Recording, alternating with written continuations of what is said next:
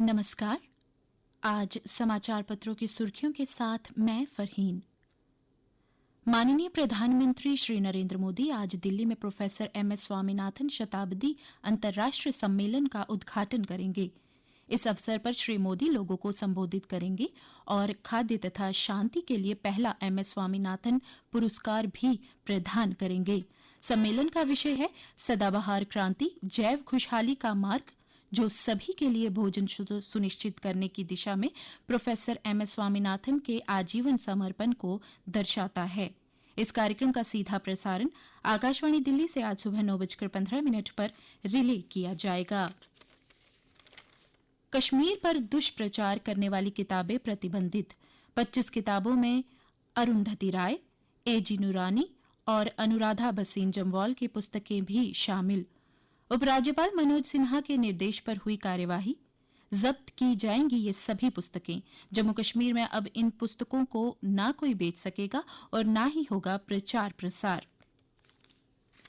पाकिस्तान के खिलाफ ऑपरेशन सिंदूर में असाधारण वीरता का प्रदर्शन करने वाली महिला सीमा प्रहरी सम्मानित। दुश्मन को घुटनों पर लाने वाली वीरांगनाओं की कलाई पर सजा रक्षा सूत्र। देशभर में स्कूली बच्चों की ओर से भेजी गई राखियां व ग्रीटिंग कार्ड सीमा प्रहरियों को सौंपे।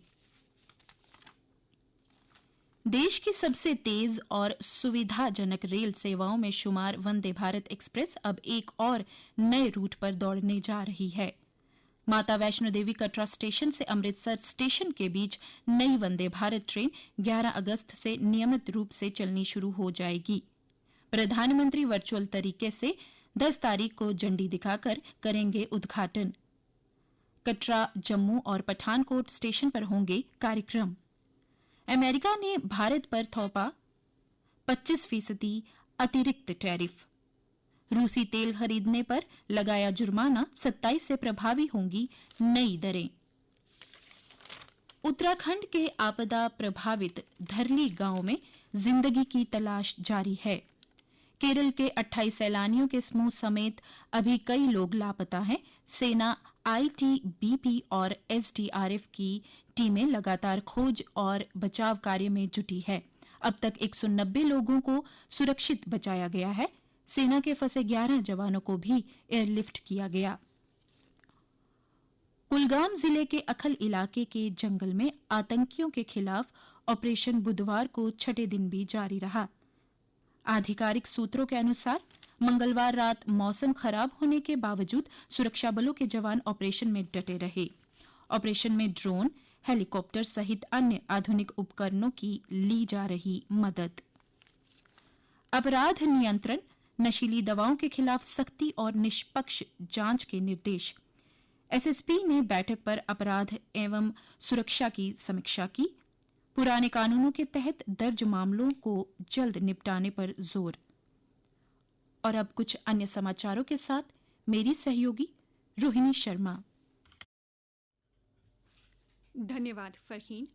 जम्मू संभाग के सबसे बड़े एसएमजीएस अस्पताल में बुनियादी स्वास्थ्य सेवाओं को मजबूती मिलेगी। मरीजों को आईसीयू और ऑपरेशन थिएटर में निर्बाध और शुद्ध ऑक्सीजन की आपूर्ति सुनिश्चित करने के लिए लिक्विड ऑक्सीजन प्लांट लगाया जाएगा। प्लांट के लिए तैयार हो रहा ढांचा। जम्मू कश्मीर के प्रकृति प्रेमी प्रीतम सिंह को राष्ट्रपति द्रौपदी मुर्मू ने स्वतंत्रता दिवस समारोह में भाग लेने के लिए आमंत्रित किया है। उनको people man of the Jammu Kashmir के नाम से जाना जाता है। जम्मू कश्मीर समेत देश के विभिन्न हिस्सों में रोपे हैं पीपल। केंद्रीय प्रशासनिक न्यायाधिकरण की जम्मू पीठ ने स्वास्थ्य विभाग की उस अधिसूचना को रद्द कर दिया है जिसमें मेडिकल कॉलेज में रजिस्ट्रार के पद का कार्यकाल 6 वर्ष से घटाकर 3 वर्ष कर दिया गया था। कैट ने कहा, स्वास्थ्य विभाग साधारण अधिसूचना से मौजूदा नियमों में नहीं कर सकता बदलाव। साथ ही कैट ने प्रदेश में डॉक्टरों की निजी प्रैक्टिस पर रोक लगाने वाले आदेश पर लगाई रोक। उपराज्यपाल मनोज सिन्हा ने कल गुरेज में राष्ट्रीय जनजातीय महोत्सव का वर्चुअल उद्घाटन किया। 2 दिवसीय महोत्सव दर्द शीना समुदाय की संस्कृति व परंपरा पर आधारित है। एलजी ने Sheena Gilgit 88.8 FM radio station को दर्द शीना आदिवासी समुदाय को समर्पित किया।